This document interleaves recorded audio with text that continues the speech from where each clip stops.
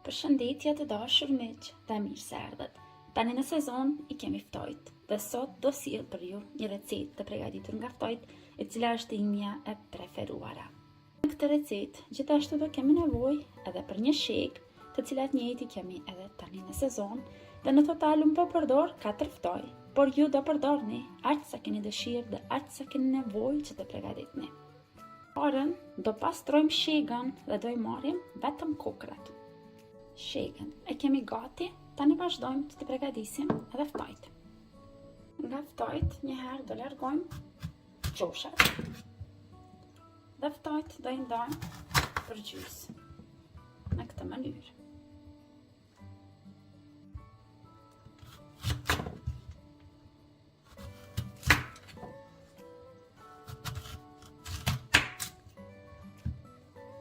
Tani duhet të punojmë shpejt, spari duhet që nga ftojt të largojmë këtë pjesën brenda të farave, por mos I hedhni, sepse do na duhen pastaj për të shtuar të ëmbëlsira. Do I largoj dhe do I shtroj këtu njëjin afër meje.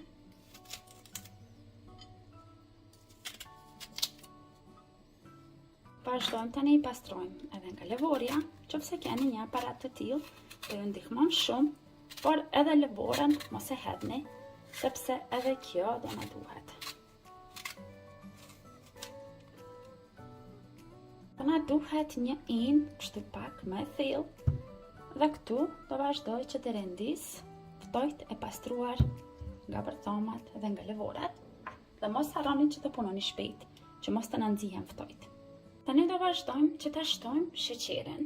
Për çdo pjesë ftoj, do shtojmë 3 lugë gjelle sheqer.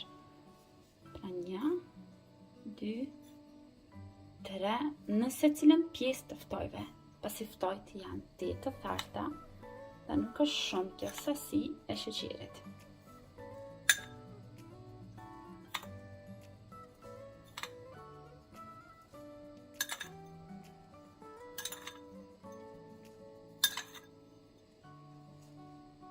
Tani do I shtojmë edhe kokrat e shegës.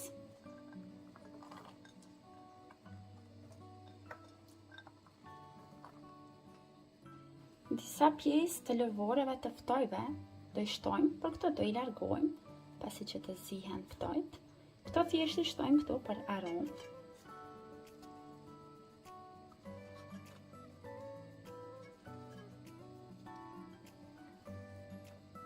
Vazhdojmë tani që të shtojmë edhe ujin dhe në total për 4 ftoj.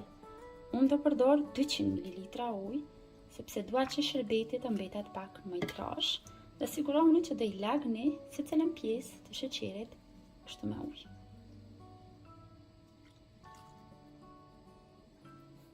Tani vazhdojmë me zjerrjen. Zjarrin do e mbajmë në mesatare dhe ftojt do I mbyllim kështu me kapak. Dhe do lejojmë që të zihet njëherë kështu për 10 minuta, por do I qëndrojmë afër dhe do I kontrollojmë. Pas 10 minutave do I kontrollojmë dhe me ndihmën e 2 lugëve do I rrotullojmë tani nga ana e kundërt. Dhe po e vreni kam filluar që të zbuten. Dhe po e vreni se sa shumë që është për lëngu, edhe pse shtuam shumë pak.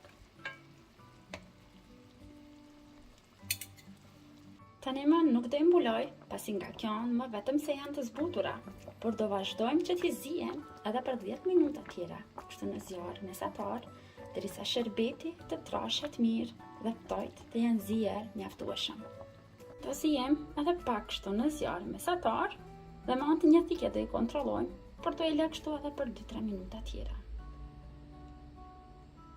Do I kontrollojmë kështu me anë të thikës, dhe nëse thika futet kështu brenda dhe janë zbutur ftojt mjaftueshëm, do të thotë që I kemi gati, do e ndal zjarrin, por do I lë këtu të qëndrojnë në zjarr edhe për 10 minuta tjera. Tani që janë ftohur për disa minuta,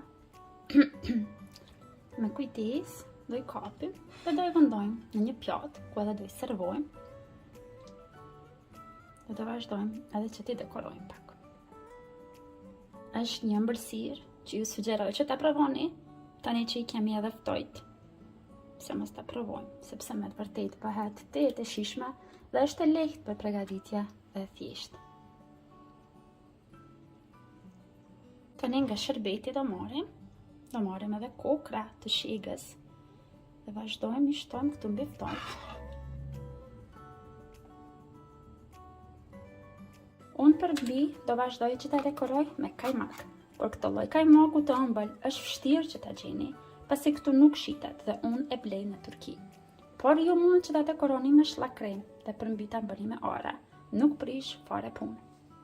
Nga një luk kajmak të ëmbël, do shtroj në secilin mes kështu. Dhe si që thash, mund të shtoni mascarpone, mund të shtoni çfarëdo lloj që keni në shtëpi që shkon me ëmbëlsira. Për mbi do shtoj edhe nga pak sherbet. Dekorimin do përfundoj me fëstëk të bluar.